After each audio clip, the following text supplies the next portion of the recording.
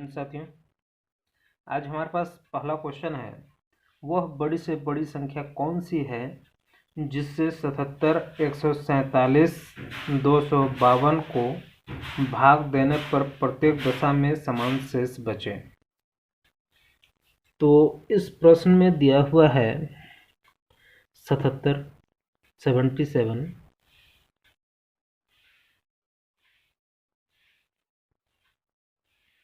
147 और 252। अब यहाँ पे बोल रहा है कि भाग देने पर प्रत्येक दशा में समान शेष बचना चाहिए और बड़ी से बड़ी संख्या इसमें बोल रहा है। तो बड़ी से बड़ी संख्या का मतलब हुआ कि इसमें कुछ ऐसा संख्या है जिससे हमें शेष प्राप्त हो सकता है। तो ऐसी परिस्थिति में हमें क्या करना होता है, ये दोनों को घटाना होता है। यहाँ से हम जब घटाएंगे तो हमें क्या प्राप्त होगा, 0। 14 में 7 घटाएंगे तो होगा 70 और 252 में 147 घटाएंगे तो हमें क्या प्राप्त होगा, 12। 12 में 7 गया, 7 5 12, यहाँ बचा 4। 4 में 4 घटाएंगे 0, 1 में 2 में 1 घटाएंगे 105 होगा। तो अब ऐसी स्थिति में हमें फिर अगर ये संख्या जो है दिया हुआ, ये दोनों को यदि हम घटाते हैं, 252 में 77 जब घटाएंगे तो हमें क्या प्राप्त होगा, यहाँ पे 5 प्राप्त हुआ, 12 में 7 गया, अब यहाँ पे 4 बचा, 4 यहाँ से 1 ले लिए तो 14। 14 में 7 घटाएंगे तो क्या हुआ, 7 हुआ, यहाँ 1 बचा, 175। तो देखने की बात यहाँ ये है कि यहाँ पर इन दोनों संख्याओं का योग इस संख्या के बराबर में होती है। तो इंटरेस्टिंग फैक्ट है।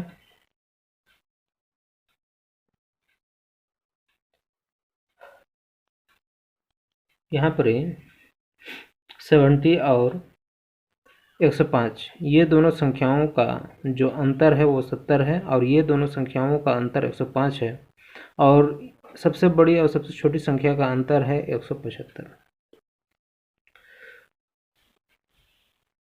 ठीक है। अब यहाँ पर ये जो दो संख्याएं हमारे पास हैं, इन दोनों संख्याओं का हमें HCF निकालना होगा। क्या निकालना होगा, HCF। और HCF निकालने के लिए हमारे पास क्या है,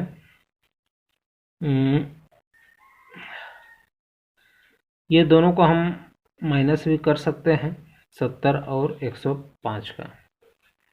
तो 70 और 105 का अगर हम माइनस करते हैं फिर से पुनः, तो हमें क्या प्राप्त होगा, 5 इधर से प्राप्त हुआ और यहाँ 10 में 7 3, 35 प्राप्त हो रहा है। तो 35 जो प्राप्त हो रहा है, तो 35 से ये संख्या तो भाग जा रही है और ये संख्या भी भाग जा रही है, अर्थात ये जो 35 जो हमारे पास है यही होगा दोनों का HCF।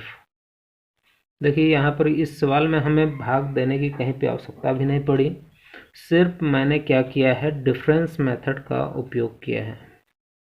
डिफरेंस मेथड का उपयोग किया है और हमें प्राप्त हो गया इसका आंसर 35। डी नंबर आंसर इसका होगा। ठीक है, ठीक है। हम लोग नेक्स्ट क्वेश्चन की ओर अब आगे बढ़ेंगे। नेक्स्ट क्वेश्चन में हमारे पास है 5 अंकों की बड़ी से बड़ी कौन सी संख्या है जो 15, 36, 21 में से प्रत्येक से पूर्णतया विभक्त हो जाए। तो इस प्रश्न में हमें 5 अंकों की सबसे बड़ी संख्या क्या है, 5 अंकों की सबसे बड़ी संख्या हमारे पास है 99999। ये हुआ 5 अंकों की सबसे बड़ी संख्या। लेकिन यहाँ पर ही कंडीशन दिया हुआ है, और वो कंडीशन है, यह है 5 अंकों की बड़ी संख्या। यहाँ पे बोल रहा है कि 15, 36, 21, 15, 36, 21 से पूर्णतया विभक्त होना चाहिए। 5 अंकों की वह बड़ी से बड़ी संख्या कौन सी है जो 15, 36, 21 में से प्रत्येक से पूर्णतया विभक्त होना चाहिए? का मतलब यह हुआ कि इन संख्याओं का गुणज होना चाहिए। क्या होना चाहिए? इन संख्याओं का गुणज होना चाहिए, अर्थात 3 गुनी 5, 4 9 36, 3 7 21। तो यहाँ पे 2 से रिलेटेड जो गुणज है वो है 4, मैक्सिमम नंबर। तो यहाँ पर हम करेंगे 4 से गुना। 4 गुना 3 का मैक्सिमम गुणज है 9 में, तो 9 हो जाएगा। 5 का गुणज एक ही है, और क्या है? 7 है। ये सभी अभाज्य संख्याओं का गुणज है। 4 2 बार यहाँ पर 2 गुनी 2 4, 3 गुनी 3 9, ठीक है। अब यहाँ पे ये सभी को हम गुना करेंगे तो हमारे पास क्या होगा? 5 चौके 20 गुना 9 सत्ते 63। अब इसे हम गुना करेंगे तो हमें क्या प्राप्त होगा? 0 इधर हुआ, और 6 दूनी 0, 3 से 3 दूनी 6 हुआ, 6 दूनी 12 हुआ, 1260। तो ये 1260 गुणज है 15, 36, 21 का 1260 गुणज है। अब इस संख्या से हमें भाग करना है, ये 5 अंकों की जो सबसे बड़ी संख्या है उससे। तो यहाँ पे जगह है तो यहीं पर हम भाग देंगे। 1260 से 9 9 9 9 9 को कितना बार में जाएगा? 12 का पहाड़ा पढ़ेंगे।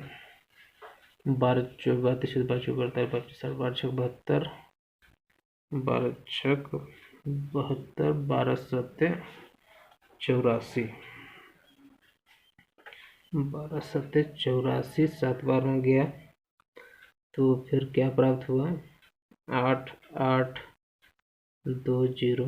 अब इसे हम घटाएंगे तो घटाने पर हमें क्या प्राप्त होगा? यहाँ पर 9 हुआ, यहाँ पर 7 हुआ, 1 हुआ, 1 हुआ। अब जब इतना है तो फिर हम ऊपर से फिर से 9 को उतारेंगे, और उसके बाद फिर से हम जब भाग देंगे 9 बार में भाग जाएगा, और 9 बार में जब भाग जाएगा तो हमारे पास क्या प्राप्त होगा? 1 1 3 4 0। माइनस करेंगे तो हमारे पास आएगा 4 5 9। अब जब इतना मेरे पास आ रहा है तो हम क्या करेंगे? जितना मैक्सिमम नंबर यहाँ पे दिया हुआ है 5 अंकों की बड़ी संख्या 99,999 में ये घटा देंगे हम 459। तो हमें क्या प्राप्त होगा? 99,540 प्राप्त होगा, और यही हमारा इसका उत्तर होगा। और ये है बी नंबर।